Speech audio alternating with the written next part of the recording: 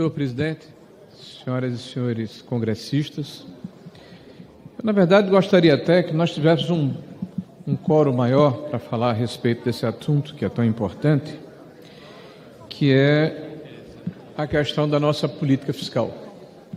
Esse Congresso, quando se reúne, ele se reúne normalmente para tratar desse tema, orçamento, de que forma vai se dar a execução das políticas públicas que foram estabelecidas de um ano para o outro. Na semana passada, nós estivemos aqui e assistimos um debate que foi amplamente publicizado nas redes sociais, nas TVs, entre o excelentíssimo senhor ministro Haddad e deputados federais. Eu quero chamar a atenção dos senhores de que, claramente, o ministro Haddad, ao invés de se preocupar com a grave crise fiscal que o Brasil atravessa, está preocupado em ocupar o lugar do atual ministro do Supremo Tribunal Federal, o senhor Flávio Dino. Ele quer ser o lacrador oficial da República, instituindo narrativas e desculpando-se pela má gestão dos recursos públicos, olhando sempre para o retrovisor, em desserviço para o país. O senhor Fernando Haddad ingressou com uma série de narrativas que não se sustentam. Eu queria lembrar aos senhores que há uma diferença entre Estado e governo. O governo, ele é ocupado por um período cronológico de tempo, por um determinado grupo político, mas o governo tem responsabilidade pelo que aconteceu, pelo que está acontecendo e pelas ações que porventura ele impertrar que vão impactar no futuro. Essa diferença, aparentemente, o ministro Haddad não conhece.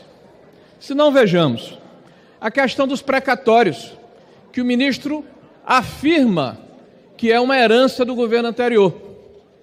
Rapidamente, precatórios no Brasil de 2013 a 2021 tiveram um aumento médio de 14%. Preste atenção, de um ano para o outro.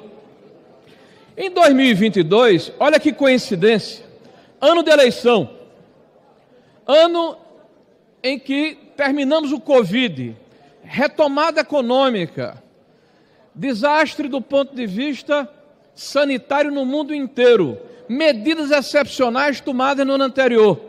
O Supremo Tribunal Federal, que tinha uma média de 50 a 60 milhões, Eduardo Girão, senador, e Omar, por ano, em 2022, consegue colocar no orçamento da União 16 bilhões 633 milhões de reais, contra uma média histórica de 50 milhões de reais por ano.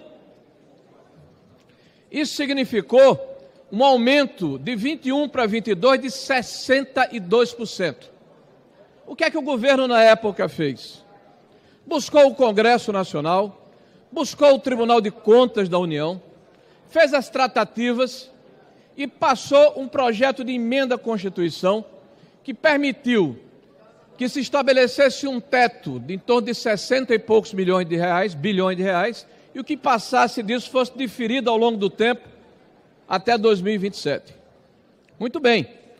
Em 2023, a Advocacia Geral da União, dentro de uma ação impetrada pelo Partido Democrata Trabalhista, pelo PDT, esta Advocacia Geral da União, que deveria proteger os interesses dos cidadãos brasileiros, peticionou neste processo, dizendo que o governo federal acreditava que era, naquela oportunidade, inconstitucional o que havia sido votado em 21, e que não deveria haver o diferimento no tempo, e que o governo deveria pagar à vista os precatórios sem desconto.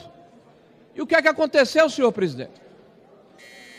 Várias entidades haviam comprado, e eu vou concluir mais um minuto no máximo, várias entidades haviam comprado precatórios sobre a égide da lei anterior, com deságio de 30%, de 40%, e era em torno de 30 bilhões de reais, e o governo consegue autorização do STF para pagar 22, 23 e 24, mais de 90 bilhões sem deságio, trazendo ao valor atual, pelo valor de face. Nós estamos falando, senhor presidente, de mais de 30 bilhões de reais que deixaram de ser contabilizados a favor da União. Alguém certamente foi beneficiado nessa situação. E há duas alternativas apenas, senhor presidente. Ou incompetência, incúria, má gestão do governo do presidente Lula através de Fernando Haddad, ou má fé. Eu fico com a primeira, é incompetência mesmo.